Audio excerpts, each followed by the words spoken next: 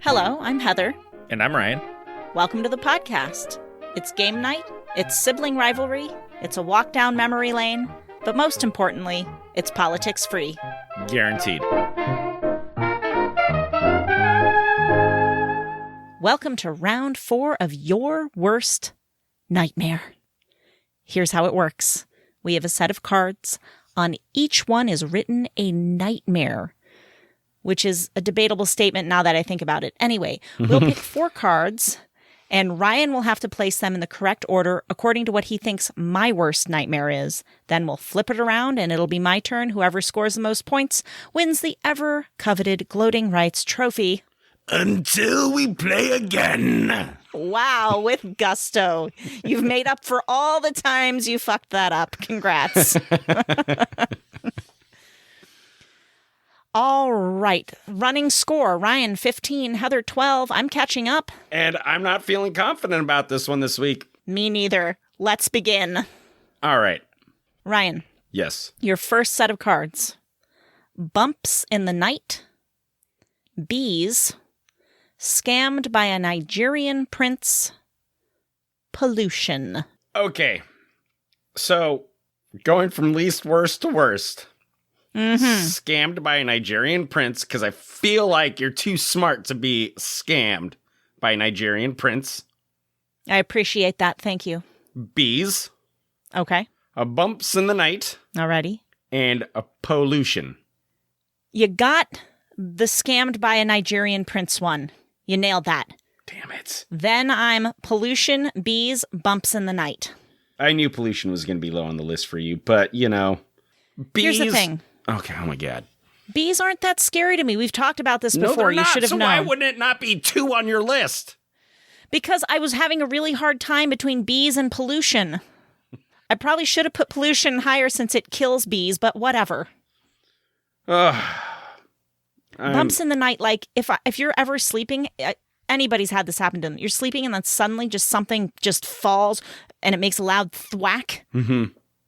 That's so terrifying to me. Right. I go into stark, completely numb terror. Right. Anytime that happens. And it takes me like a few minutes to loosen up and come out of fright. Uh-huh. It's creepy. That's fair. I was not confident I had any of those right. I'm glad I at least got one. Now here's your chance to fuck this up completely. So, let me go over to your cards. Your cards. I'm ready for it. Your cards I'm ready are to screw this up. abandonment, chatty plain neighbors, germs, and depths. All right. I put chatty plain neighbors last on the list. I put that in the number 4 spot. Okay. Because you're a chatty guy. Mm-hmm. I feel like, we're similar in this way. We will willingly get into a conversation with a total stranger. We don't care. Sure. Unless you're like you have a headache or like you're in a foul mood or something. Mm-hmm. Do you know what I mean? Yeah. So that didn't seem so bad. Then I went number 3, depths, because all I could think of was a big ocean void and drowning in it. So really, I put what my answer would have been there. I don't know. Wait, so chatty plain neighbors is the least, and then depths is the next least. Yeah, I did not think the depths thing through before I just stuck it in 3rd place. But since I already said it, I'm going to commit to it because now it seems like that might be scarier than germs and abandonment put together. The way I described depths just now. But anyway, I put germs in the number 2 spot and abandonment in the number 1 spot. Okay, so first of all, Heather, I would like to point out to you that we had this discussion about abandonment in the episode with Cora. Oh, yes. And I had that in last place then, and it is still in last place now. I did not remember that we did that. You got one right, which was germs. Yay, I'll take it. I went abandonment, chatty plain neighbors, germs, and depths. Because depths in a deep ocean or even a big lake is terrifying. Yeah, I would agree with that. I should have put depths higher up. I don't know why I didn't.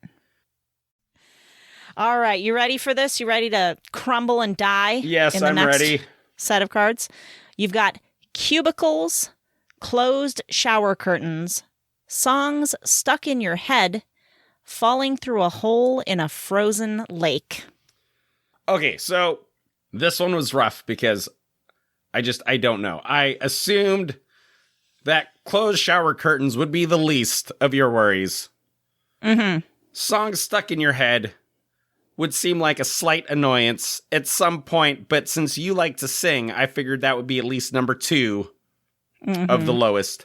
Cubicles. So, and then, in other words, you're putting that in the third. So it's closed third shower place. curtains, 4th, songs stuck in your head, 3rd, cubicles. And then, no. So, number 4, closed shower curtains. 3, songs stuck in your head. 2, cubicles. And number 1, falling through a hole in a frozen lake.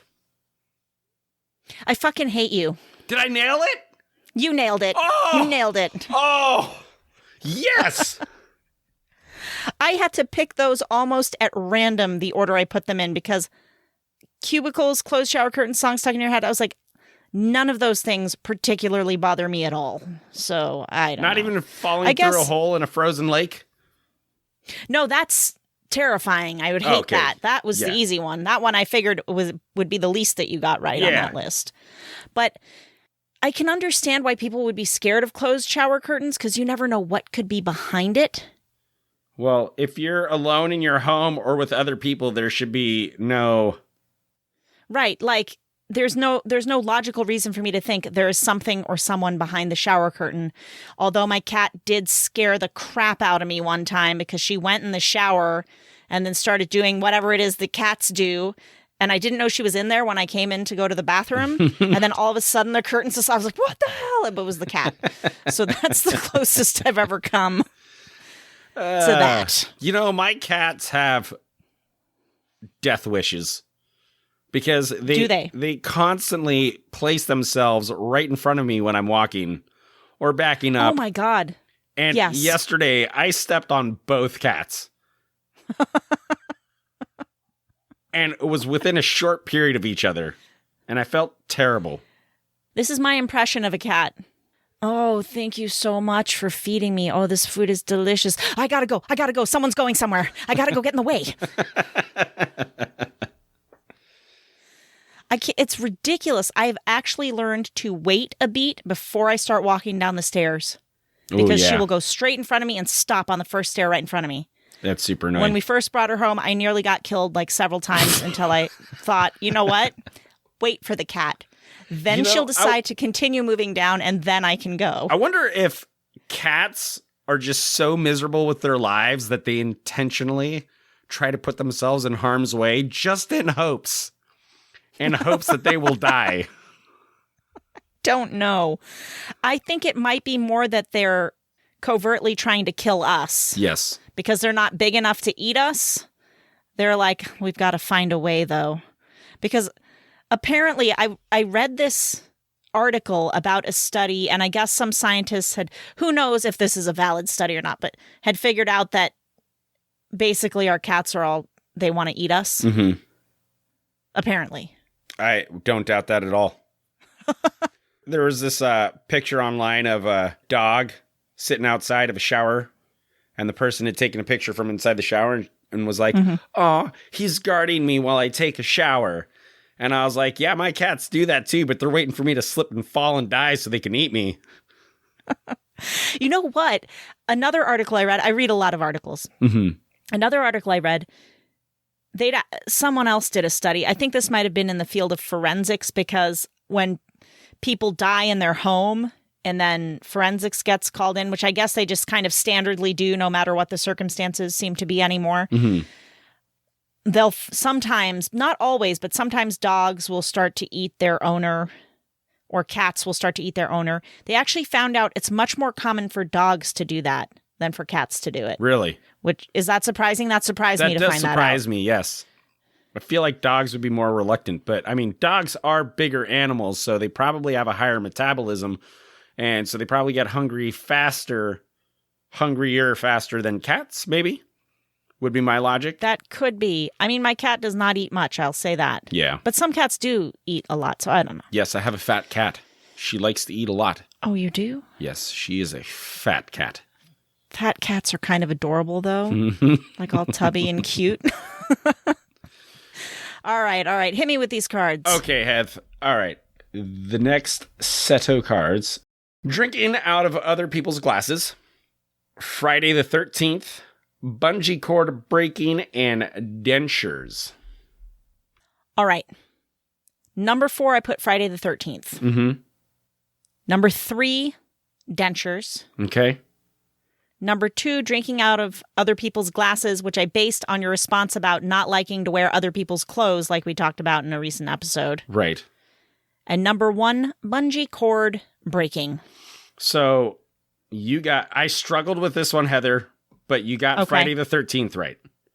I'm sorry. Your bungee cord breaking is not your number 1 fear of these 4 things? Are you kidding me right now? It's number 2. Listen, I would rather my bungee cord break and I fall to my death than have to wear dentures for the rest of my life. It doesn't say you have to wear the dentures. You could just be afraid of them sitting there. Well, I was looking thinking creepy. Of terms in me wearing dentures. I have a thing about not having fucking teeth.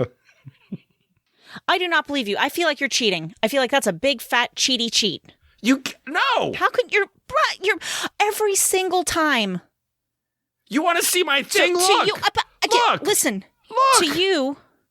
No, I understand that that's what you wrote. I don't distrust that, but I refuse to believe that you would rather have your bungee cord break than have to wear dentures. Yes. Absolutely.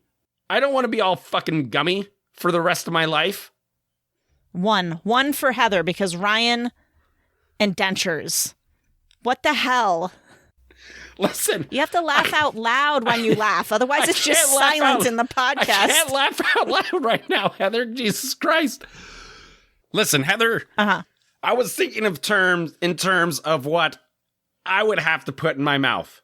And listen, I'm not super worried about bungee cords breaking because it is very statistically improbable that it's going to even happen. But the thought of it happening puts it higher than drinking out of other people's glasses. I would rather drink out of someone else's glass than have a bungee cord break on me.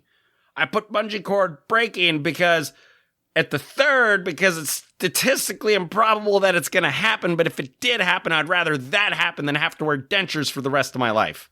I don't want no fucking dentures in my mouth. Okay, well, I'm ready to move on while I simmer down from this. Unless they could implant the dentures into my face, and I never have to worry about removing them. And then I would swap those sure two. There's technology. You could just get a bunch of implants. Okay, Heather, would it make you feel better if I swapped those two? So you could get 2 out of this one? It wouldn't. I would feel like it was just pity scores. I just needed to give you... you're my brother. I'm going to give you a hard time about stupid things. Like having a bigger fear of dentures than certain death. Okay, let's move on. You know, death doesn't bother me, though. Because we're all going to die eventually. But there's no guarantee that I'm going to have to wear dentures. The number of times in the last 14 games that we have played on this podcast that you have been like, but Heather, that's death. It's death if that happens. Death. Suddenly, death doesn't matter anymore.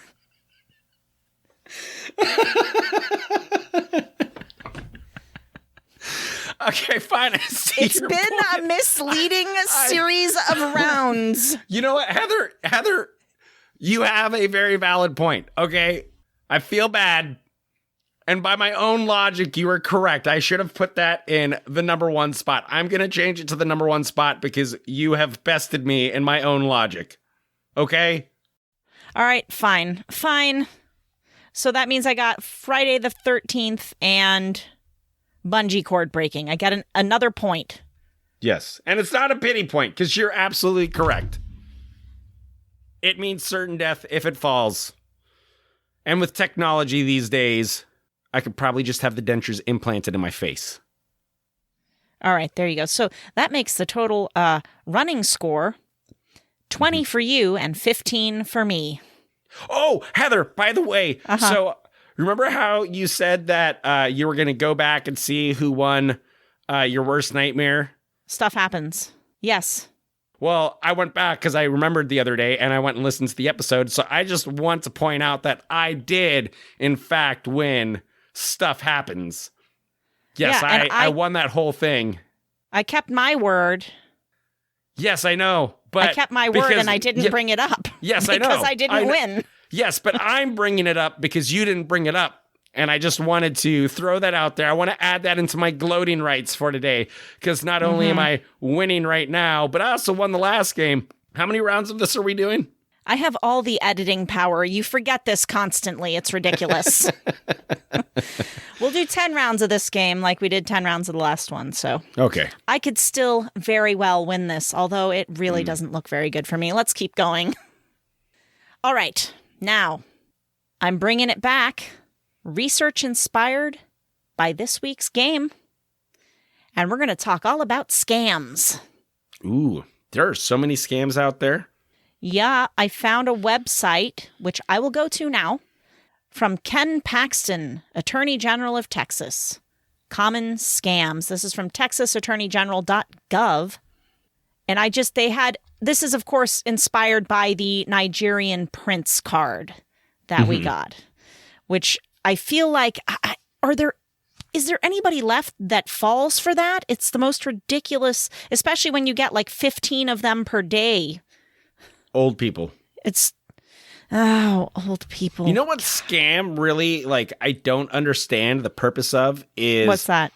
The Facebook accounts where they make a fake profile of a celebrity and then they do we're giving away $10,000 to the first 100 people that comment on this post. And then everybody's commenting on that post.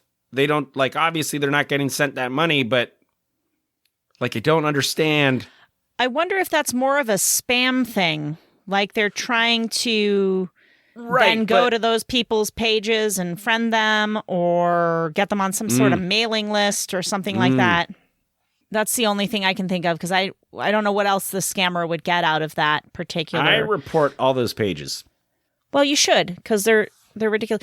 You know what? I should start reporting, although I don't really go in the Facebook feed that often, but those ones that are name a food that immediately gives away exactly where you're from or something. And I'm like, why do people answer these? This is obviously somebody fishing for this personal information. And there's so many of them. They're so constant.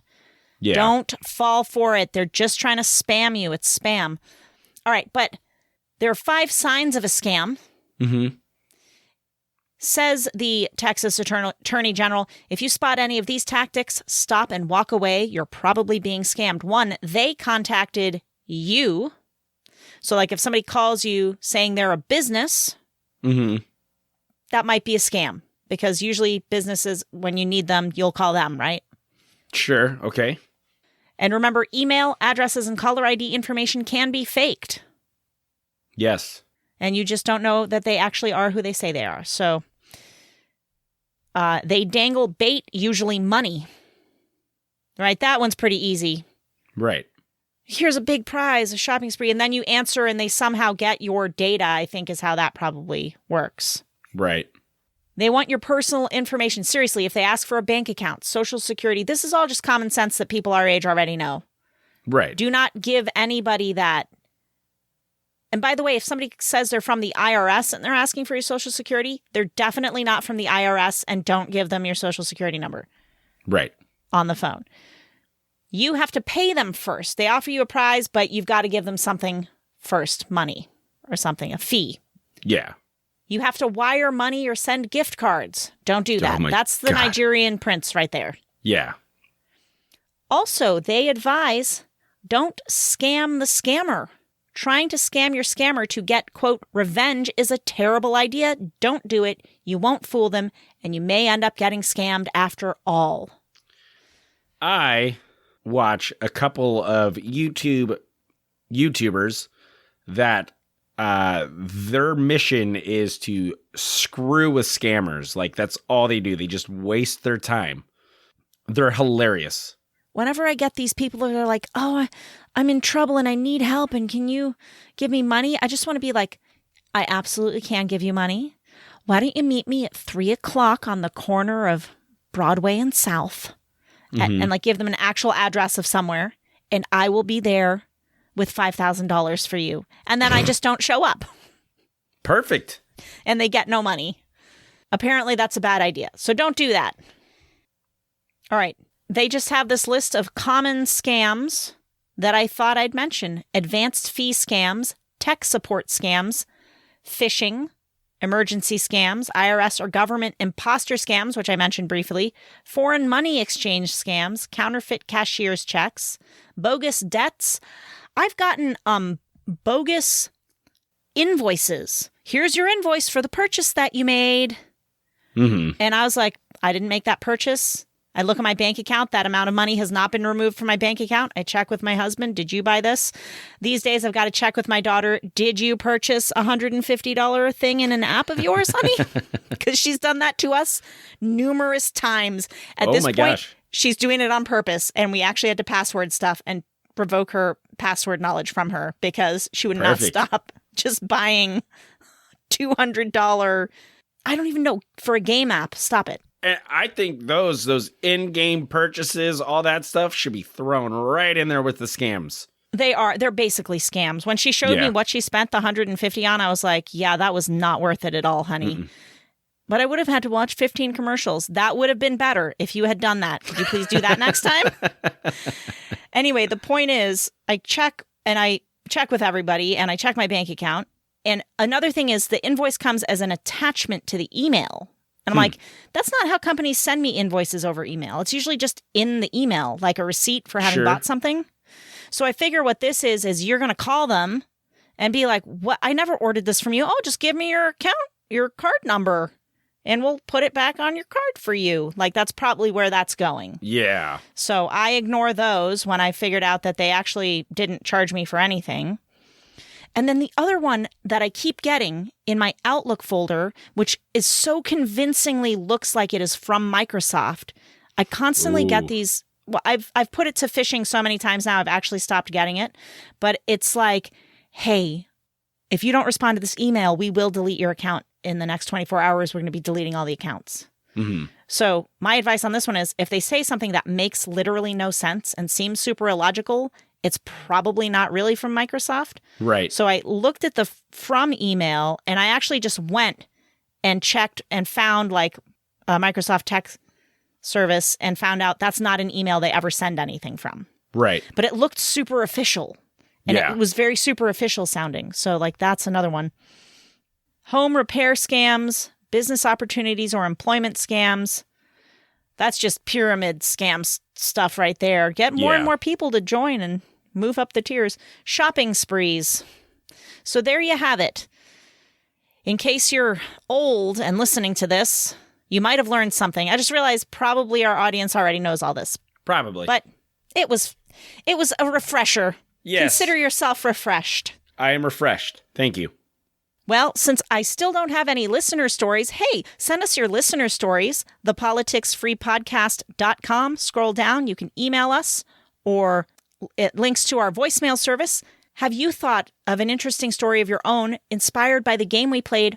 We want to hear it. Until we start hearing those stories, it's back to Reddit we go. Scam stories. I thought it was appropriate, keeping the theme. This is from Lobster Andy, or Lobster and I was at this bizarre fair type of thing, and I fell for going into the tent, which housed the 180-pound man-eating chicken. Whoa. I knew it was going to be cheesy and a likely waste of $2, but I had to go see it anyway. It was a regular man who picked up a plate of fried chicken and started eating it when paying customers came in. I wasn't even mad. At least it was only $2. Yeah, I mean, that's kind of amazing, to be honest. All right. The username in this case was deleted. Just because a piece of memorabilia says it comes with a certificate of authenticity doesn't mean it's actually authentic. I work in the auction business, and I can't begin to tell you how many people contact me on a daily basis looking to sell items they bought on eBay, at estate sales, or even from dealers with certificates of authenticity from some no-name authenticator. only to find out that their items are in fact forgeries. It's the worst part of my job, and it's a hard lesson that every collector learns at some point. Do your homework and research a historical item before you buy it. Collectibles should not be impulse buys. Mm-hmm. That's just good advice I thought I'd share. Yeah. From Mr. Bond PT. Magic tricks in Paris, just outside of Moulin Rouge. Me and my brother, a group of people, were gathered around 15 and betting on which coin had the white symbol. I guess they're all around 15 years old is what he meant by that. Right. 3 coins available. Before betting, everything was easy. There were people earning small amounts of money, and I was guessing all outcomes correctly. A dude next to me asked me if I wanted to bet with him to reduce the risk. I said no, but decided to bet alone. $100 bet. I lost. I was 16 years old at the time. All right. Oh, a group of people. There were around 15 people in this gathering he was in. Oh, gotcha. Okay. So he figures he can do it. He loses. That was all of his vacation money spent in 10 seconds. Only later I realized all 15 of them were part of the scam. Yeah, that makes sense. And there you go. And I think that's a pretty common, like, the reason you go and participate in that is here's a guy hustling and you just want to give him some money. That's why you go bet on those things, because you're going to lose. Yes. You know, so why not give him dinner? At least he's doing something. He's not directly pickpocketing it out of your pocket. Right. All right. Well, Ryan, we have one more thing left to do. Oh. It's the question of the week. Oh. Do you have a bucket list? I mean, I don't have like a bucket list, but there's like certain things that will pop up into my head that I'm like, oh, I would like to do that before I die. So, for example, I would at least like to go bungee jumping and skydiving before I die. Those are 2 things, I suppose, are on my bucket list. Wow. 2 things that could kill you if they go wrong. Excellent. I should do them both at the same time, just in case. Do them both on the same day. Get it over with. No, I was going to say, I don't have like a written bucket list, but I swear there are things that like you said, they pop into mind and I go, oh, I'd like to do that someday. But there's two only that constantly recur that I always think about. And then the other ones I forget about after a while. Right. And it's, I want to go on a hot air balloon ride. And I want to see the Aurora Borealis. Oh, yeah. I really want to see that. I freaking hate how you always get these notifications that, oh, you're going to be able to see the Aurora Borealis in your area. And it's cloudy every time. Oh. Can I tell you, at the time that we're recording this, yesterday was this big blood moon. I was seeing it in my newsfeed for like 3 weeks. Yeah. And so I was like, okay, I figured out it was going to be between like 11:30 and 12:30 Eastern time. Good. I'm going to stay up and I'm going to see this blood moon. It's going to be awesome. And it wasn't even cloudy, nothing. And I passed out at 10:30. I did not make it. My night owl days are over. Ridiculous. That question was from randomwordgenerator.com, as always. Link in the show notes if you're interested in that. Hey, if you've been enjoying the podcast, share the podcast. Do this. Tell one person this week. Tell one person. We would love it if you would. That would be awesome. And if you enjoyed listening to this game and you think you might want to incorporate it into your game night, it is called Your Worst Nightmare, of course, and it is by Pressman. And there's a link in the show notes for you to go to pressmantoy.com, right to the product page if you're interested in that. And last but not least, until we play again. Oh. We leave you with free advice. Oh, sure. Don't just assume you know what someone's going to say and just blurt out until we play again at the end of the podcast. That's terrible advice. Let's give you better advice than that. I just shamed Ryan badly. I hung my head in shame. Oh. Okay, advice. Scammer's gonna scam. But that doesn't mean you need to fall for it. See, I kept it on theme. Good job. Well done. I know. I'm proud of you, Heather. Good job. Solid advice. Thank you. Until we play again. Love it.